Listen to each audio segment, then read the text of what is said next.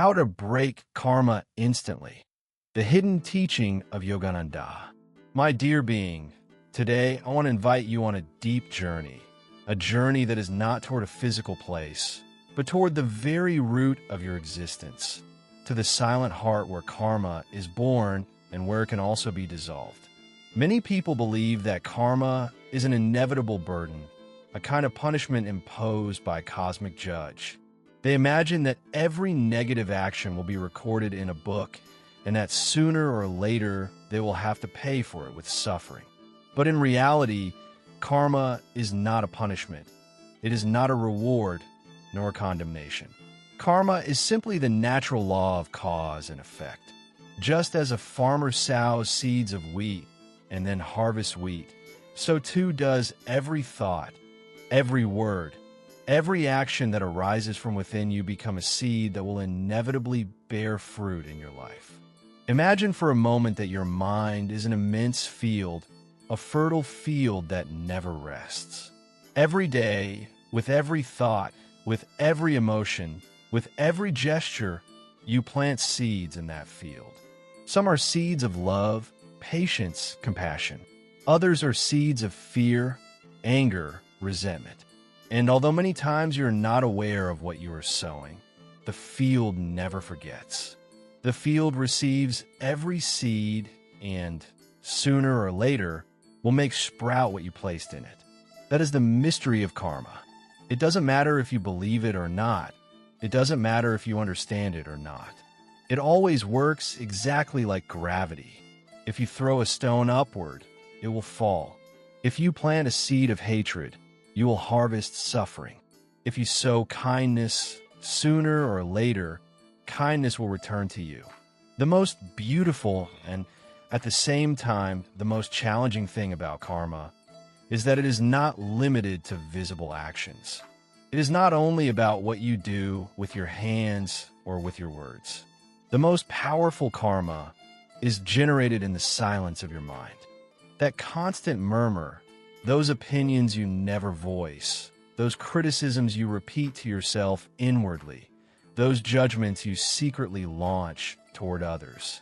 All of that, though it seems invisible, is living energy that travels into the universe, touches the soul of the person to whom you direct your thought, and then returns to you, charged with the same vibration you sent.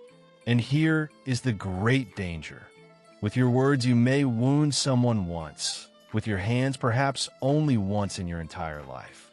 But with your mind, you can wound the same person hundreds of times in a single day. That is the karma of thought, silent, invisible, and yet stronger than any iron chain. Allow me to give you a simple example. Perhaps a coworker made a mistake, and you smile politely, say nothing, do not reprimand them. But in your mind, again and again, you repeat, how clumsy, how useless, how can they make so many mistakes? You think those inner phrases are harmless because no one hears them, but the universe does hear them.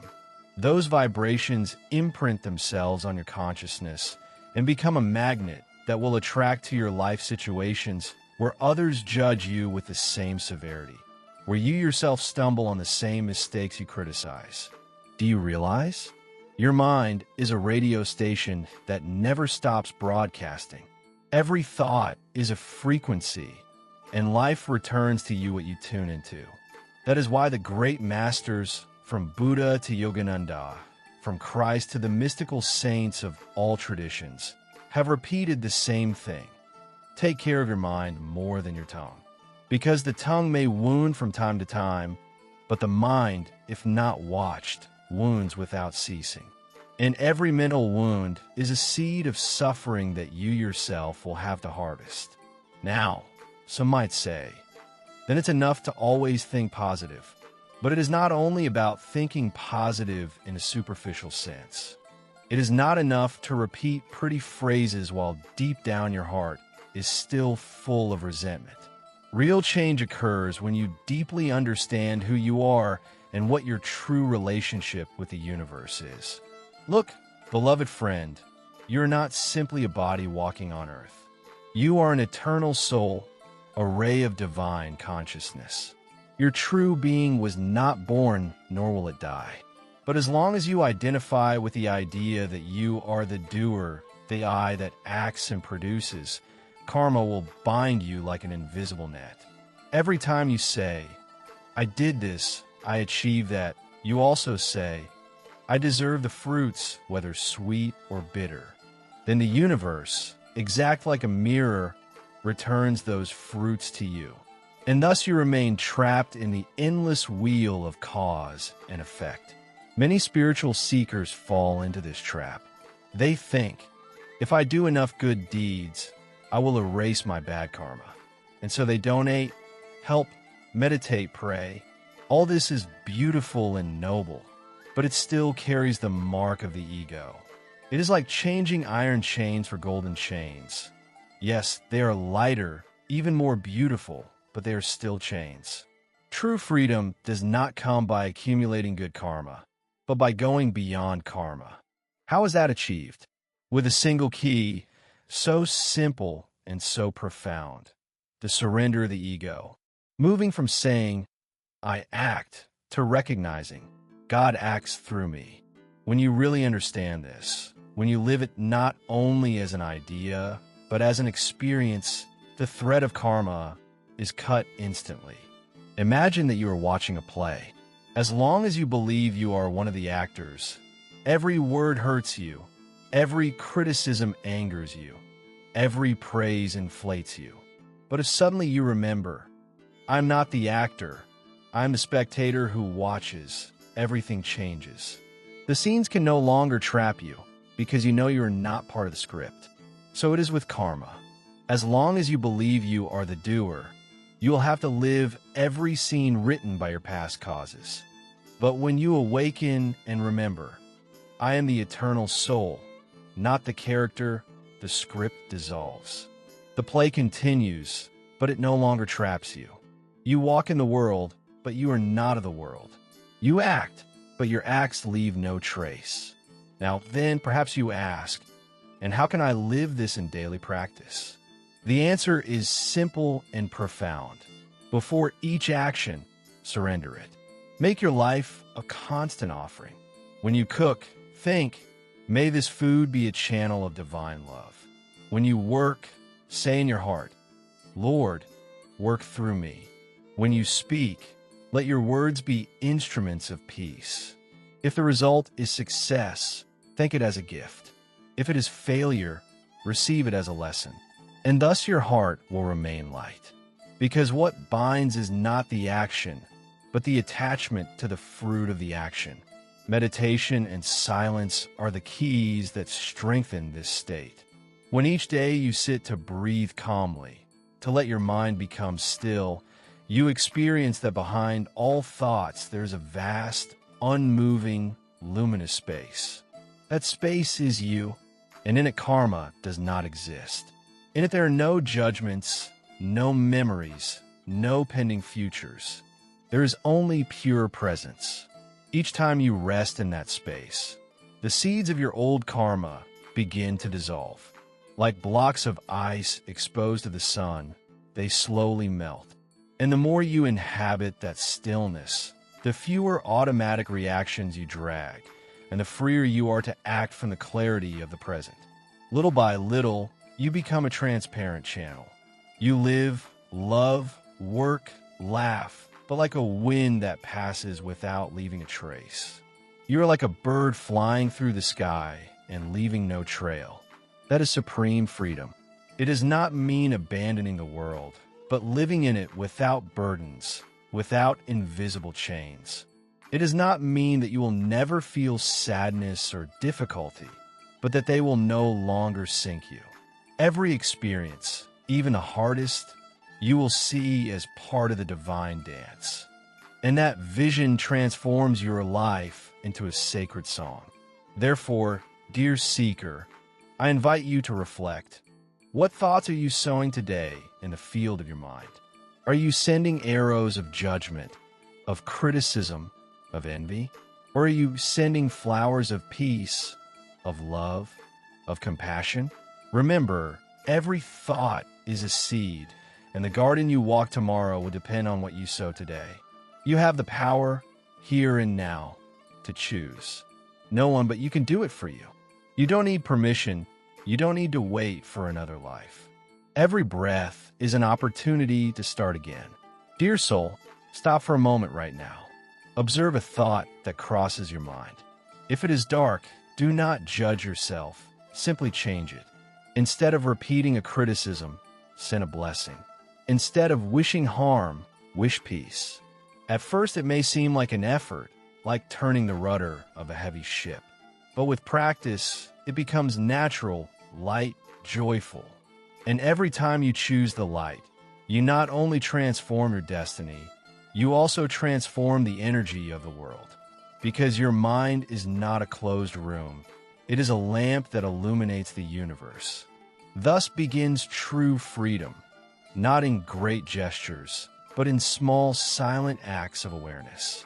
Right now, with a simple change of thought, you can break invisible chains that bound you for lifetimes. Right now, you can begin to live as what you are, an eternal soul, free, radiant, a channel of divine love. My dear, let us continue walking together on this path of understanding. We have seen that karma is like a seed that always bears fruit, and that the mind is the soil where each day we sow without realizing it. But now I want to take you deeper, to the core where the secret of true liberation hides. Because it is not enough to understand the mechanism of karma. We must discover how to stop it at the root, how to transcend it without accumulating more chains, even if they are golden. Allow me an image. Imagine a wide, mighty river that flows without ceasing.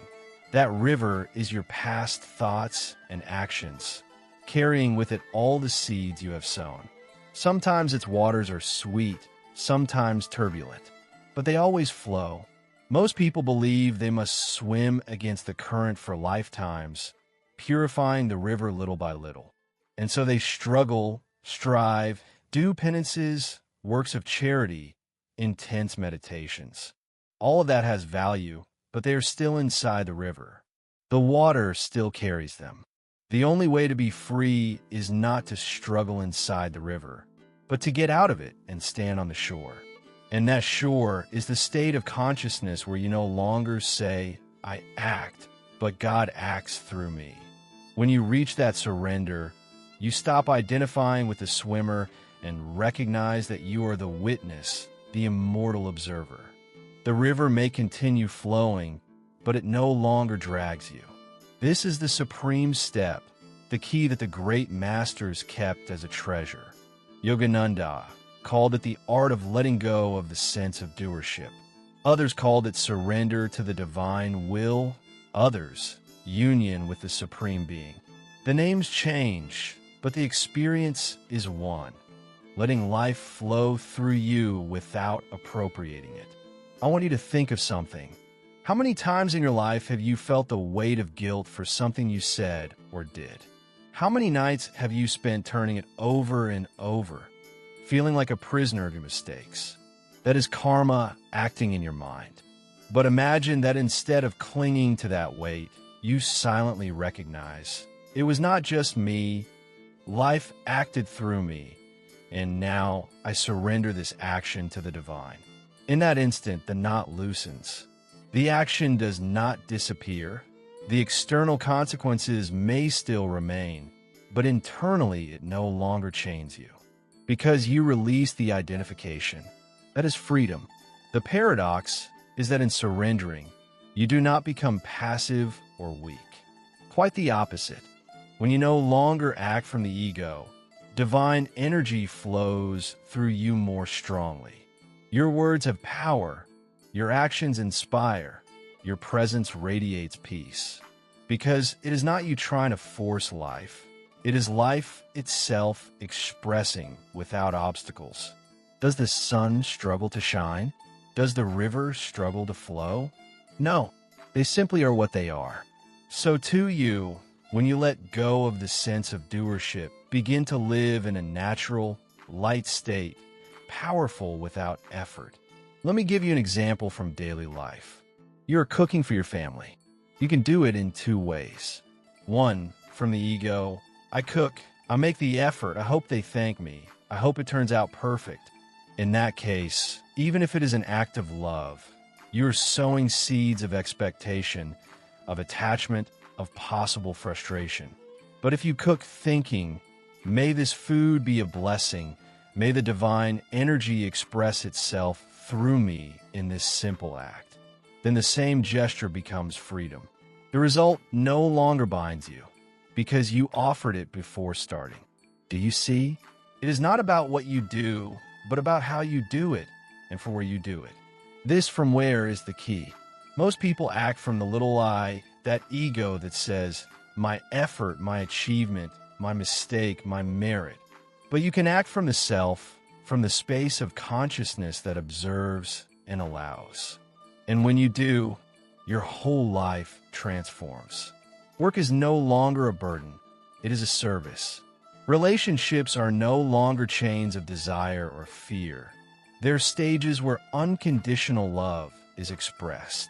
Even problems stop being enemies and become teachers. Because you know nothing belongs to you, and yet everything flows through you. Dear soul, I know these words may seem simple, but the profound is always simple. The ego, with its complicated mind, seeks formulas, rituals, complex doctrines.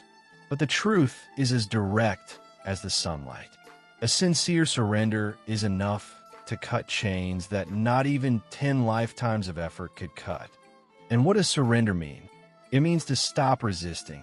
It means to let go of the illusory control and allow life to be as it is.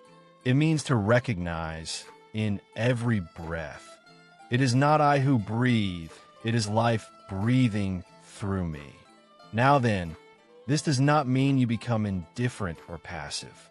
It does not mean folding your arms and waiting for everything to happen. On the contrary, when you surrender the sense of doership, you can act with more intensity, with more clarity, with more love. Because you no longer act out of fear of failure, nor out of obsession with success. You act for the simple joy of participating in the divine dance. And that is the most powerful action that exists, because it is free of chains. Stop for a moment and observe your life. What do you feel more attachment to the result? In your work? In your relationship? In your spiritual path? Right there is your field of practice. Start by offering those actions, those areas to the divine. You don't need grand words. A silent thought is enough. This is not mine, this is yours. Act through me. Do it every day with small gestures, and you will see how slowly your heart lightens, your mind calms, your actions flow effortlessly. Meditation deepens this surrender, because in meditation you discover that in the silence you are already free. Thoughts come and go like clouds in the sky, but the sky is never touched by them. So too, you are the immense consciousness in which karma appears and disappears. You are not the thought, nor the emotion, nor even the story of your life. You are the space in which all that occurs. And that space is untouchable, eternal, perfect. When you experience this, even for an instant, you know that karma was never a real prison. It was only a dream, and you can awaken. Imagine what it means to live from that awakening. You do not accumulate more chains, because every act is offered. You do not carry the weight of the past, because you know you surrendered it. You do not fear the future, because you trust in the divine will. You live light, like a leaf carried by the breeze, but strong, because you are rooted in the eternal. That is true liberation. And I want you to know something else. This liberation is not reserved for monks in caves or saints in temples. It is available to you here, in the midst of your everyday life. While you care for your children, while you work, while you drive, while you cook. Every moment is an opportunity to let go of the sense of doership. Every moment is a door to freedom. Dear soul, perhaps at this moment you ask yourself, Is it really possible to cut all karma in a single moment? Yes, it is possible, because karma is not a physical chain, it is only a mental identification. And as soon as you stop identifying with the character, the script loses power. Of course, the consequences of past actions may still appear, like the echo of sound, but they no longer bind you. You're no longer a prisoner of the echo, because you recognize that you are not the one who produced it. You are the space in which it resonates. And from there, you can walk free. This is the secret that the great masters transmitted to their disciples, that freedom is not achieved with time, but with a change of consciousness. You don't have to wait 10 lifetimes to release karma. You can do it right now. With a single inner movement, surrender the sense of I do and rest in the truth of God acts through me. That is all. And yet, that all completely transforms your existence. Allow me to end this journey with you with an invitation. Today, choose a simple action, anything. Prepare a tea, send a message, take a walk, and do it with this awareness. It is not me, it is the divine acting through me. Observe how your experience changes. Observe the lightness, the peace, the silent joy. And then, little by little, bring that awareness to more and more aspects of your life. Until one day, you discover that you no longer act at all, but that you are lived by life. That is the end of karma. That is the beginning of true freedom. Always remember, you are the eternal soul. You are never the chains. You are never the acts. You are never the script. You are always the luminous space where everything appears. Recognize it, live it, be free. And may your entire life be a song of gratitude and surrender. Yea, Gurudev. If this message touched your heart and helped you better understand the journey, remembering that it is part of your karma and your spiritual growth, support our work with a super thanks so that we can continue creating transformative content with themes that inspire, help people, and bring more light to every life. Do not forget to give the video a like, subscribe to the channel if it resonates with you, and share it with your friends so that our message reaches where it is needed.